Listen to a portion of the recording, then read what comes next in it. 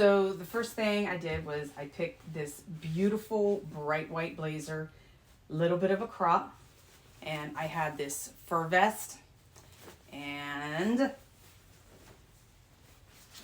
I figured it would look amazing as per the inspiration picture. So I flipped it inside out and laid it down, trying to decide how I wanted to cut the fur, how I wanted it to be on the blazer.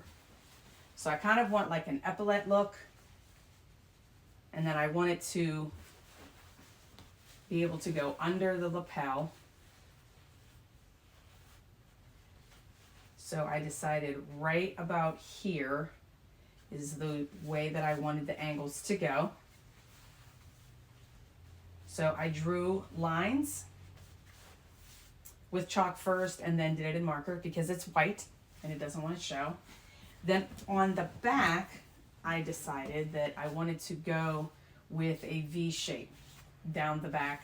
So there's still a little bit here and here, and I didn't want to cut it straight off, so I wanted to have a little bit more of an angle. So I drew the angle, measured it out, I found the center, and now I am going to cut a little bit below this to allow for some seam allowance to be able to hem this and to have something to sew the fur onto the blazer, because you can't sew through fur. It's rather difficult. I just do this as a creative outlet for myself. I'm not a professional seamstress.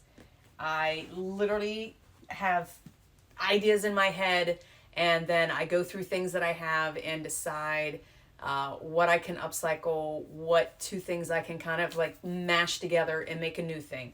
So this is the first time I'm actually making a video, because usually I struggle when I am trying to figure out how to do something that's in my head. I do see other things online from other creators where I will take inspiration from that look, but I always take what I have, use what I have, and attempt to make it my own, put my own spin on it. So as you see from the inspiration picture at the beginning of this video, that is the blazer that I saw. I already had a white blazer and a white vest, so I decided, hey, let's give it a shot, but let me do it my way. So the first thing I'm going to do, I made my line. I'm going to come down about a 1/2 inch to allow for some seam allowance. And then I'm going to use a box cutter, and make sure that you use a sharp box cutter, especially when you're cutting fur. I have worked with real fur and artificial fur many times. It's not a good idea to cut the fur, because anything that's hanging down, your fringe will get cut off, and then it just looks like it's just flat and blunt and doesn't look good. So you always want to use a box cutter, and you want to cut from behind. So that's what I'm going to do now. I'm going to cut out where my lines are to get my piece, and then we'll see what it looks like and where we can go from there, because again, I'm just kind of figuring this out as I go. Now, when you are cutting fur, you don't want to cut too deeply. You want to stay within the back fabric. Okay, so my first stroke only went through my lining material, which I do want to keep, I think. I want to keep it for now, and then we'll figure out if I'm going to take it out later. I may not need it. Who knows?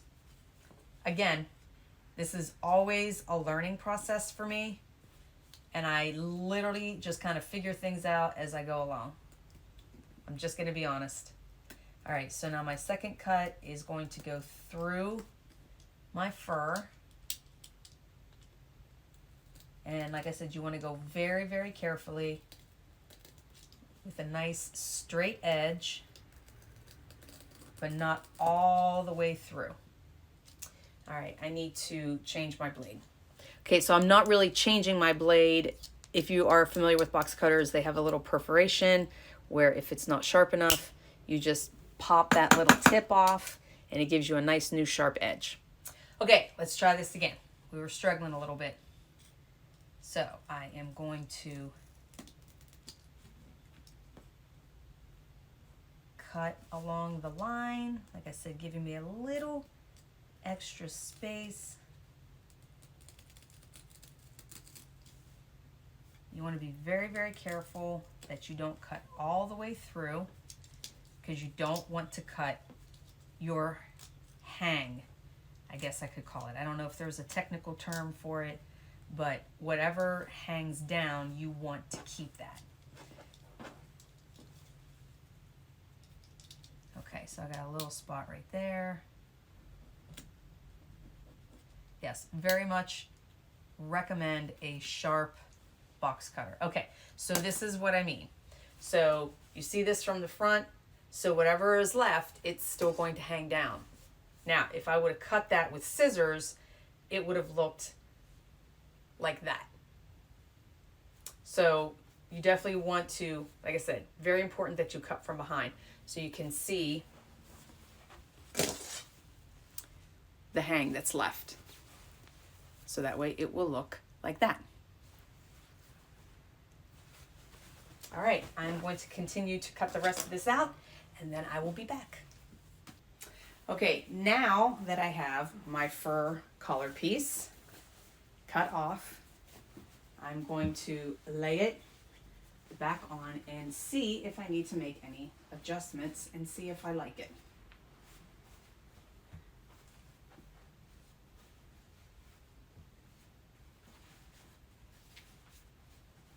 Make sure that it's even, so I'm lining my seams up. So this is going to go up under the collar, because here's the problem. The vest is a size small. The jacket is like a size large. It's like 14, 16. So the shoulder width is going to be different from the vest to the blazer. So we just got to check and see how everything is going to line up and where we are going to stitch it.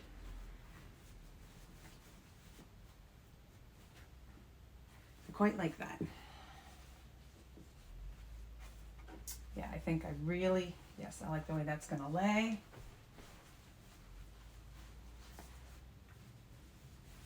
The lapel is going to fold over. It's coming down to the button, just exactly where I wanted it.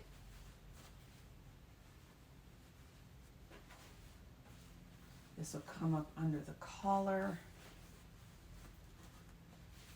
All right, so that is what the front is going to look like.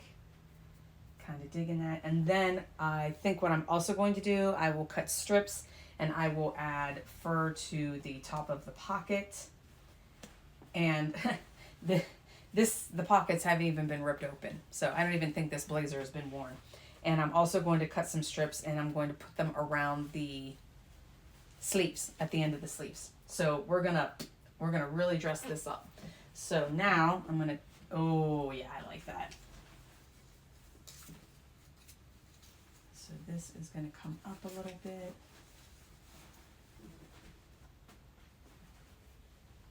That goes right down the middle. Okay, perfect. I've got my hang. I didn't cut anything off.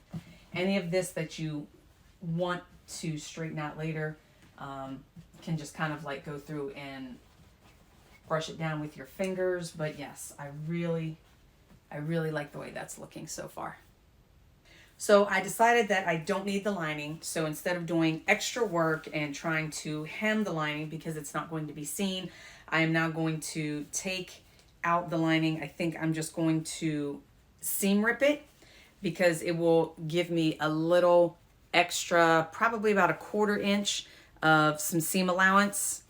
And it's always better to have more than to be too short. So I'm going to seam rip this lining out and we will be back. Now, I normally do not use a seam ripper. In all honesty, the seam rippers that I do have are very, very old and they are not sharp anymore. And at this point, I now use a box cutter. Much easier and it's always sharp. Okay, so I took the lining out and then I laid the fur and I kind of played around to how I wanted it to lay. Now, I found that if I pushed it too far up under the lapel, then the lapel felt a little bulky. Also in the back, right across here. I didn't want it up underneath of the collar, so it is about a 1/2 inch below the collar, so that way it can fold down and still be comfortable and not feel bulky.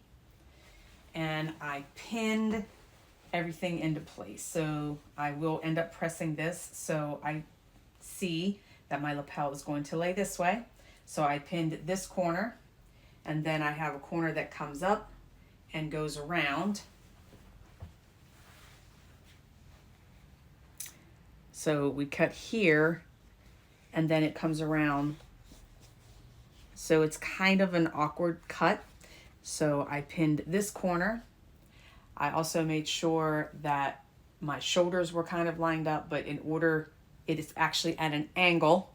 So I pinned that into place just to make sure everything was straight. So I actually did that first, and then I had to adjust up in the front because it was a little too close. So that kind of moved everything right along this seam, which is exactly where I want it. So that way when this is brushed down, it's going to look like it's been sewn into the jacket.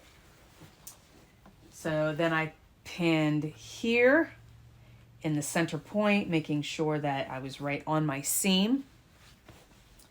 And then same thing, we have this odd cut that comes up and then comes around. So I pinned that corner, and then once again I pinned the shoulder. I pinned right here where the armpit is, and then here in the front. Now, the next thing that I am going to do, I don't want to try to sew this on a machine because this blazer has a lining, and I don't want to have to deal with the lining sliding around or puckering and looking unprofessional and crooked and haphazard underneath. I want this to look as professional as possible. So what I am going to do, literally, I'm going to hand stitch this all the way around. Sometimes you got to hand stitch. Not everything can be done on a machine, but I want the inside to look nice because of the lining, and I don't want to have to deal with tearing the lining apart and resewing it because it is attached at the bottom. So I am going to forfeit the time for a better look, and I'm going to hand stitch all of this on. Okay, so I literally timed myself, and that took me 3 hours of hand sewing and a sore finger from the needle. But I did sew all the way around. I did it in stages. So I started around the sleeves first. Then I went down the outside of each side. Then I went around the back. I went down one side and then came down the other. So I did it in phases. Once I had the bottom completely, or the outside perimeter completely sewn, then I started on the inside. And I once again started, actually I started at the shoulder right here and went down. Started at the shoulder and came down on the inside. Then I came back up here, sewed around the collar, making sure everything was straight. Now, the tricky thing is that you can't lay this flat to sew it. So what I had to do was put sections of it on my knee to give it a rounded position so that when I sewed, my material would not pucker and it will lay flat once it's actually on a body. So you do have to pay attention to that. So make sure that if you're sewing around something that is round, make sure you're putting it on something, either on a mannequin or on your knee, and you're making sure that everything is laying flat and doesn't get crooked. So that way everything is going to lay flat once you are finished. Now what I'm going to do, I'm going to cut a couple pieces, stitch those onto the pocket flaps, and then I will cut a couple more pieces and I will stitch those onto the sleeves. Okay, so I literally timed myself, and that took me 3 hours of hand sewing and a sore finger from the needle. But I did sew all the way around. I did it in stages. So I started around the sleeves first. Then I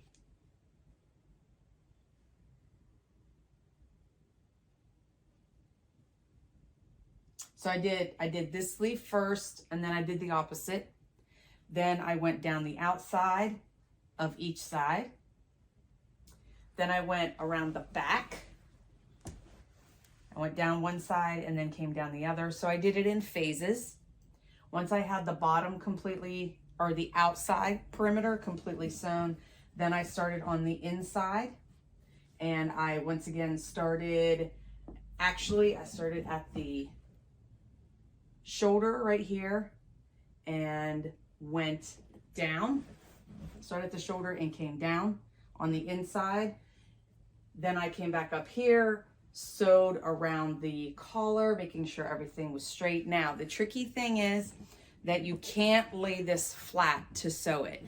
So what I had to do was put sections of it on my knee to give it a rounded position, so that when I sewed, my material would not pucker and it will lay flat once it's actually on a body. So you do have to pay attention to that. So make sure that if you're sewing around something that is round, make sure you're putting it on something, either on a mannequin or on your knee, and you're making sure that everything is laying flat and doesn't get crooked.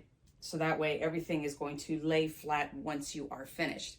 Now what I'm going to do, I'm going to cut a couple pieces, stitch those onto the pocket flaps, and then I will cut a couple more pieces and I will stitch those onto the sleeves. Stop video. End video. Now, in order to do the flaps and make sure that I have the right size, I'm using a small piece of, actually this is just a blank postcard. You can use cardstock, paper, cardboard, whatever you have on hand, just something with a little bit of structure to it.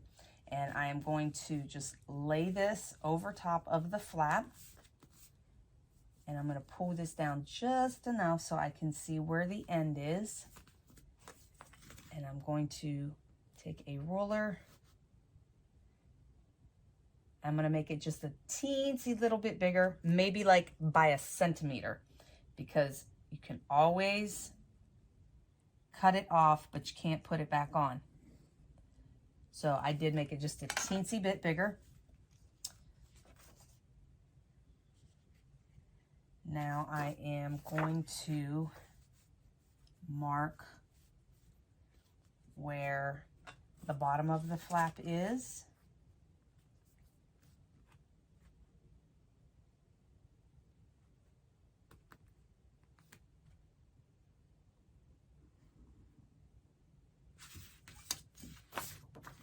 And that should be good. Now, when I cut this, so this is my pattern right here.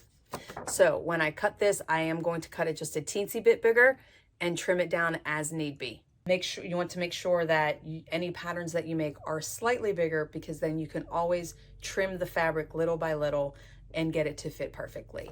So I'm going to make 2 of these, and then I will stitch these on, also by hand. Okay, I have my pattern now. I'm going to cut 2 pieces of fur and stitch those onto the flaps. Next tricky thing is we have all this fur left and we might want to use it for a future project. So we want to be careful where we are going to cut our next piece, because we want to preserve as much of the fabric as we can. If we want to use it on a future project, use it again, you never know. I pretty much try not to throw anything away. What I'm going to try to do is use one of the front pieces. So I am just going to cut out the lining and then rip out the lining like I showed before with my box cutter. And then I will take my patterns, I will cut 2 pieces, and it looks like I will have plenty left over to do 2 pieces to sew onto the cuffs as well.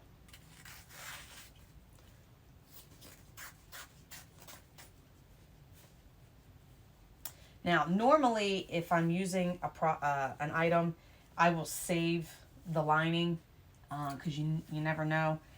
This, however, it's a weird material, and I can't predict any project that I would use the lining for. So I am not concerned about preserving the lining of this particular piece. It's just a very thin white material. It's chopped up so much that I'm not going to be able to reuse it for anything that I could possibly think of. So I'm just going to throw away the lining. If you want to keep it, by all means keep it, but it's just a very sheer, I don't know. Maybe I'll keep it. Who knows?